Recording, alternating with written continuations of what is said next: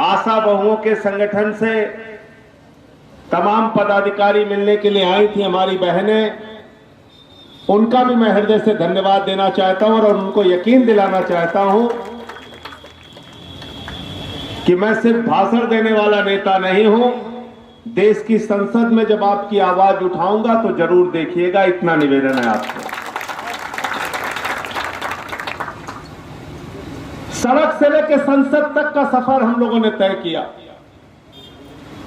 और जब संसद में पहुंचे तो सड़क की तकलीफ को भूले नहीं। जितने भी मामले हो, किसान के, नौजवान के, मजदूर के, माताओं बहनों के, देश के सर्वोच्च सदन में जब भी मौका मिला उसको उठाने का, मजबूती से उसके लिए लड़ने का काम देश की संसद में भी किया।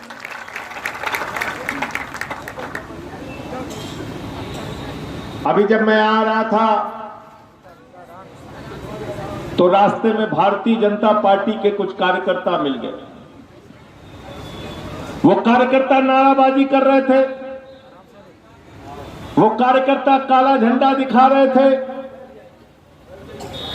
कोई आपत्ति नहीं मुझे, हमारा विश्वास लोकतंत्र में है और आदित्यनाथ जी जहां जहां आम आदमी पार्टी की सभा हो, जहां जहां आम आदमी पार्टी जाए, मैं स्वागत करता हूं। भारतीय जनता पार्टी के कार्यकर्ताओं को भेजिए, हमारा विरोध जितना कर सकते हैं करें। हम लोकतंत्र में यकीन रखते हैं, हम उनको गाड़ी से कभी कुचलेंगे नहीं। संजय भैया जिंदाबाद, जिंदाबाद जिंदाबाद।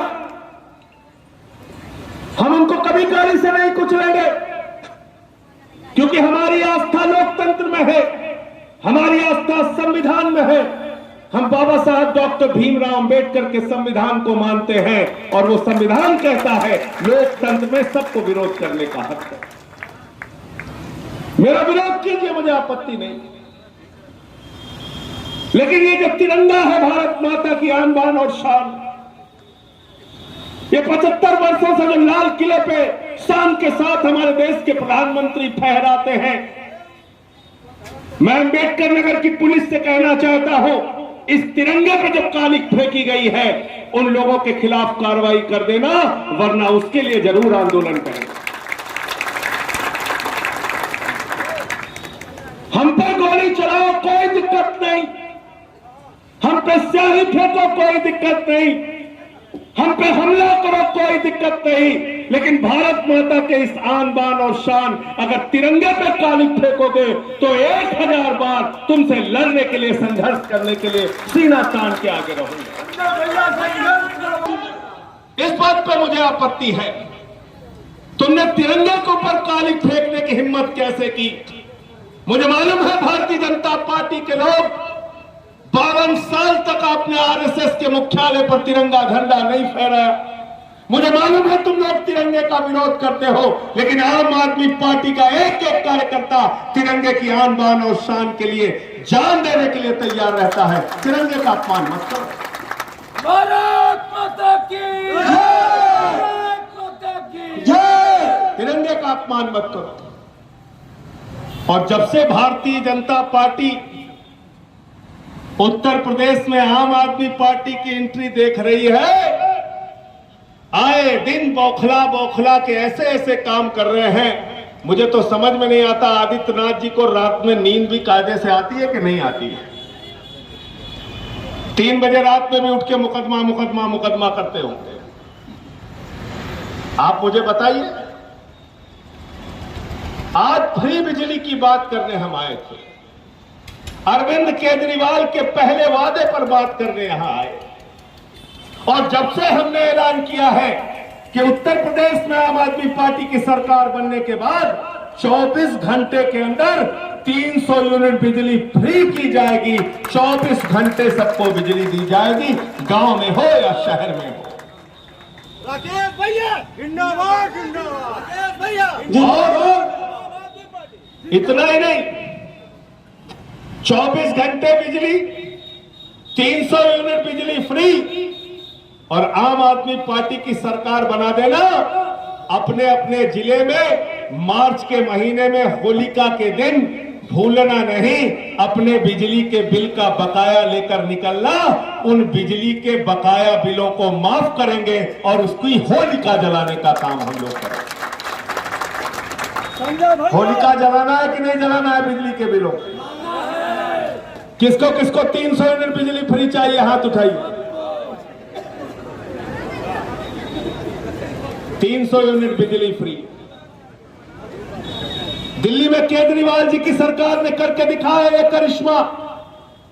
वहां 200 यूनिट बिजली फ्री, 400 यूनिट बिजली आधे दाम पर देते हैं। पत्रकारों ने मुझसे पूछा, संजय सिंह जी, दिल्ली तो छोटा राज्य है, 2 करोड़ की आबादी है, वहां केजरीवाल जी ने कर दिया। उत्तर प्रदेश तो 24 करोड़ की जनसंख्या वाला प्रदेश है, यहां पर कैसे आप फ्री बिजली करेंगे? तो मैंने उनको बताया, दिल्ली का बजट है 60,000 करोड़ रुपए, उत्तर प्रदेश का बजट है 5.5 लाख करोड़ रुपए। तो जैसे हम दिल्ली में फ्री बिजली कर सकते हैं, उत्तर प्रदेश में भी फ्री बिजली 24 घंटे के अंदर 300 यूनिट बिजली फ्री करेंगे। तो बोले हमारे उत्तर प्रदेश में तो 75 साल में तमाम सरकारें रही, उन्होंने क्यों नहीं किया? तो मैंने कहा, बिजली का पैसा खाते अंबेडकर नगर वाले, उत्तर प्रदेश वाले 2 वक्त की रोटी खाते हैं। भारतीय जनता पार्टी के लोग बिजली खाते हैं, पानी खाते हैं, सड़क खाते हैं, खरंजा खाते हैं, अस्पताल खा जाते हैं, बच्चों का स्कूल खाते हैं, मिड डे मील का पैसा खाते हैं। आप 2 वक्त की रोटी खाते हैं, इसलिए आपको बिजली फ्री नहीं मिल पाई। मुझसे लोग पूछते हैं क्या करना चाहते हैं उत्तर प्रदेश में, तो मैं कहता हूं केजरीवाल जी के सपनों को उत्तर प्रदेश में भी पूरा करना चाहता हूं। छोटे छोटे बच्चों को अच्छी शिक्षा स्कूलों में मिल सके। जब दिल्ली में सरकार बनी आम आदमी पार्टी की, अरविंद केजरीवाल जी, मनीष सिसोदिया जी स्कूल का मुआयना करने जाते थे तो बच्चे टाट पट्टी पर बैठ के पढ़ते थे। टॉयलेट का इंतजाम नहीं होता था, लैब का इंतजाम नहीं होता था, खेल का मैदान नहीं होता था। आज 19 सरकारी स्कूलों में आपके बच्चों की पढ़ाई के लिए एयर कंडीशन कमरा बना है, एथलीट का ग्राउंड बना है, हॉकी का ग्राउंड बना है, फुटबॉल का से अच्छी शिक्षा दी जा रही है। वहां से ट्रेनिंग लेकर आइए, हमारे बच्चों को अच्छी शिक्षा दीजिए।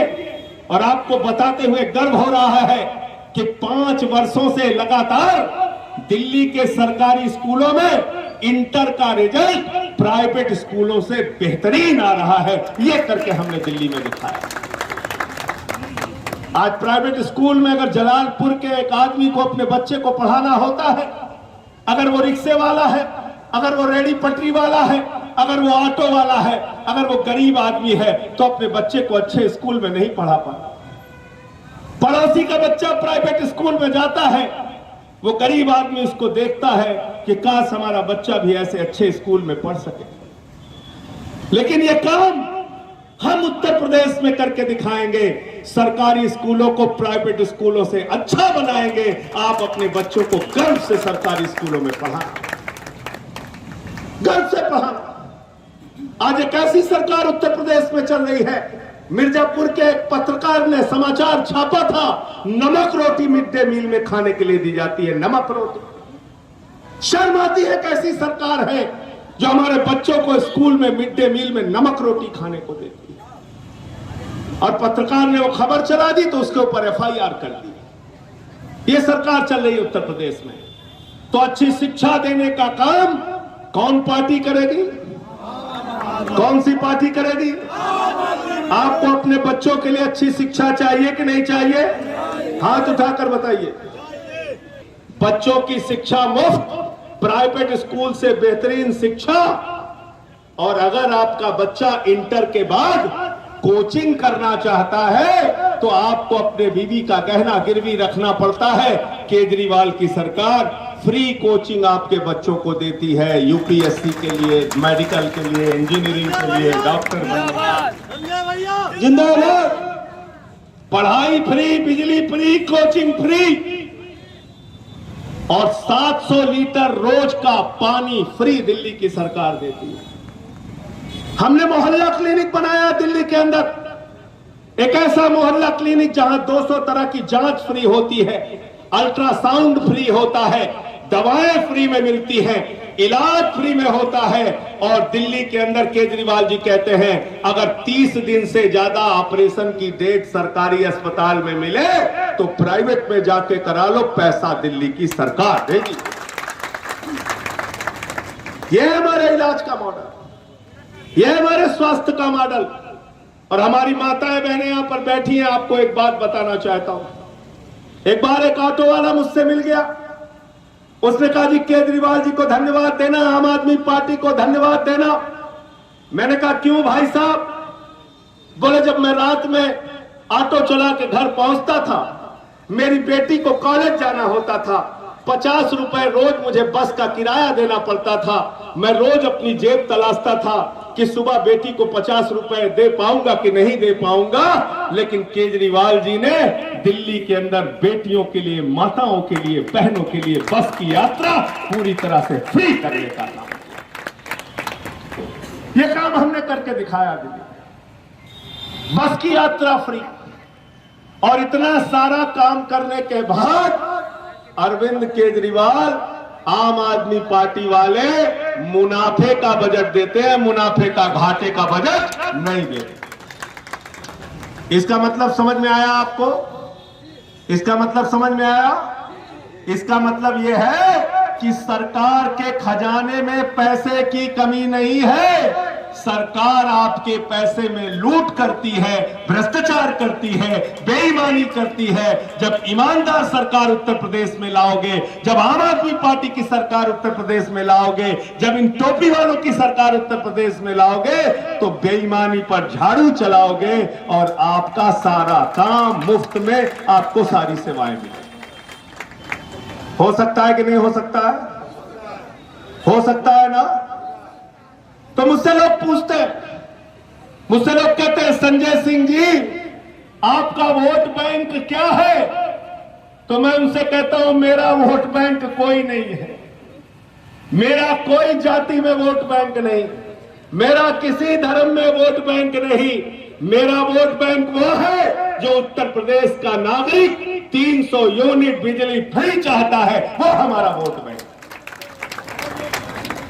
जो अपने बच्चों के लिए अच्छी शिक्षा चाहता है, वो हमारा वोट बैंक है। जो अपने परिवार के लिए फ्री इलाज चाहता है, वो हमारा वोट बैंक है। जो अपने घर के लिए अच्छी सड़कें चाहता है, वो हमारा वोट बैंक है। जो अच्छे अस्पताल उत्तर प्रदेश में बनाना चाहता है, वो हमारा वोट बैंक है। जो नौजवानों के हाथ को रोजगार चाहता है, वो हमारा वोट बैंक है। उत्तर प्रदेश का विकास हमारा वोट बैंक है। उत्तर प्रदेश की तरक्की हमारा वोट बैंक है। किसानों के फसल का दाम हमारा वोट बैंक है।